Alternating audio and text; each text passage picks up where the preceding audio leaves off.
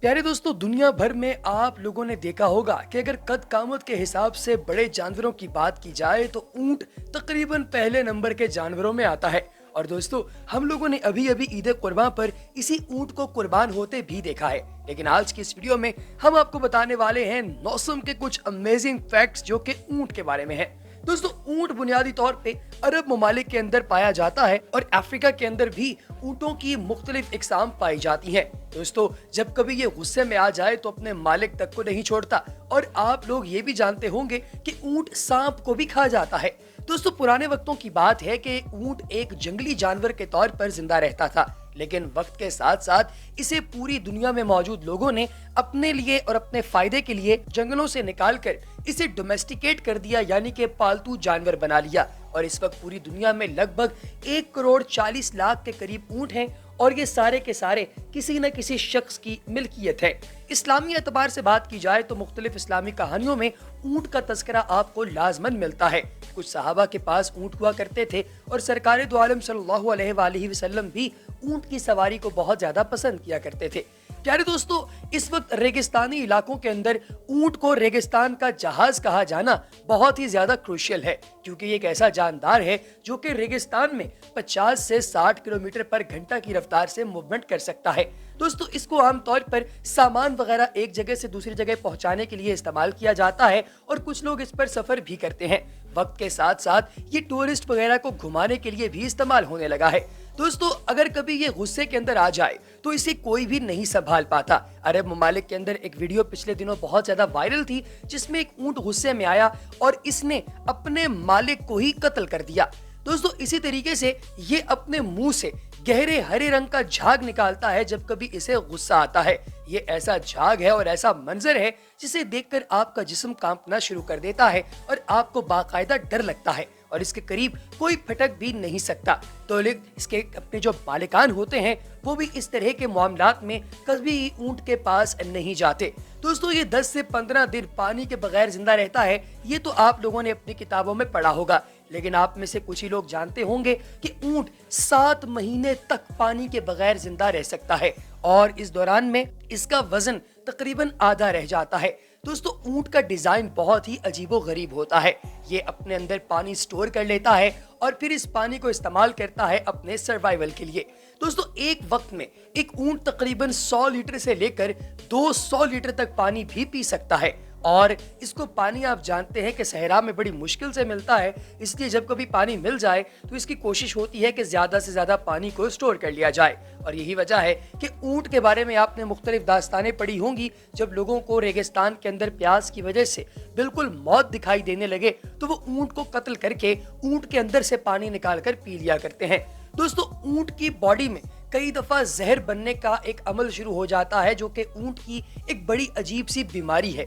दोस्तों, ये जो जहर बनने वाला अमल है, इसका सिर्फ एक ही इलाज होता है और वो ये कि ऊंट को एक जहरीला सांप खिला दिया जाए। और जैसे ही इस ऊंट को जहरीला सांप खिलाया जाता है, ये ऊंट बहुत ही ज्यादा बीमार हो जाता है। ये मजीद बीमारी के अंदर मुब्तला होकर बहुत ही ज्यादा अजीबो गरीब किस्म का बिहेव करना शुरू कर देता है। कभी ये दाएं, कभी बाएं, कभी ऊपर और कभी नीचे बैठना उठना शुरू कर देता है। और लेकिन तकरीबन 3 से 4 दिन गुजरने के बाद आप देख पाते हैं कि ऊंट बिल्कुल सेट हो गया है। इसे बहुत ज्यादा भूख लगती है और ये कुछ भी खाना शुरू कर देता है। इसका पेट ऐसा जालिम है कि ये हर चीज को अपनी बॉडी में हजम करने की सलाहियत रखता है, चाहे कोई घास फूस हो या फिर कांटेदार झाड़ियां। ऊंट हर तरह की चीज को खा जाता है। दोस्तों, ऊंट की मुख्तलिफ इकसाम होती है। इसके कुबर के हवाले से, यानी जो इसके बॉडी के पीछे यानी जो खम होता है जिसे आप कुब कहते हैं, उसके हवाले से इसकी मुख्तलिफ टाइप्स हैं। कुछ ऊंट होते हैं जिनका एक कुब होता है, कुछ के 2 होते हैं और कुछ ऐसे होते हैं जो बगैर कुब वाले होते हैं। ये रंग रूप के हवाले से भी दुनिया के अंदर मुख्तलिफ ममालिक में मुख्तलिफ तौर पर इस्तेमाल किया जाता है और देखा जाता है। दोस्तों, सहारा डेजर्ट जो कि अफ्रीका में है और अरब ममालिक दोनों जगह पर इसको खाया भी जाता है और इसके चमड़े को इस्तेमाल भी किया जाता है। दोस्तों ये एक ऐसा ऊंट और ऐसा जानवर है जिसको आप लोग दूध वगैरह के पर्पस के लिए भी इस्तेमाल करते हैं। कुछ लोग इसका दूध भी पीते हैं और वो कहते हैं कि अरब और अफ्रीका इन दोनों जगहों पर इसका दूध बहुत सस्ता है, लेकिन पाकिस्तान और दीगर एशियाई ममालिक में ये अगर असली मिल जाए तो बहुत महंगा मिलता है। दोस्तों इसको खाने वाले ये भी बताते हैं कि इसका गोश्त बहुत ही ज्यादा टेस्टी होता है, नमकीन होता है और बेशुमार बीमारियों का इलाज भी इसका गोश्त कर सकता है। दोस्तों इसके गोश्त की तासीर गर्म होती है, इसे आसानी के साथ कुक किया जाता है और इसके दूध के अंदर कैल्शियम और आयरन की मिकदार दीगर दूध से ज्यादा होती है। और दोस्तों इसके अलावा ये भी कहा जाता है कि ये बहुत ही खुददार किस्म का जानवर है। दोस्तों ऊंट की आंखों से कई दफा आंसू निकलते हैं, लेकिन ये उसी वक्त निकलते हैं जब कभी ऊंट किसी सांप को खा रहा हो या फिर इसकी तबीयत खराब हो। दोस्तों जिसके जो आंसू निकलते हैं इनको ऊंट के जो लोग होते हैं पालने वाले, वो फौरी तौर पर इकट्ठे करना शुरू कर देते हैं क्योंकि इसके आंसू बहुत एक्सपेंसिव बिकते हैं। जी हाँ दोस्तों, इसके आंसुओं को बेचा जाता है।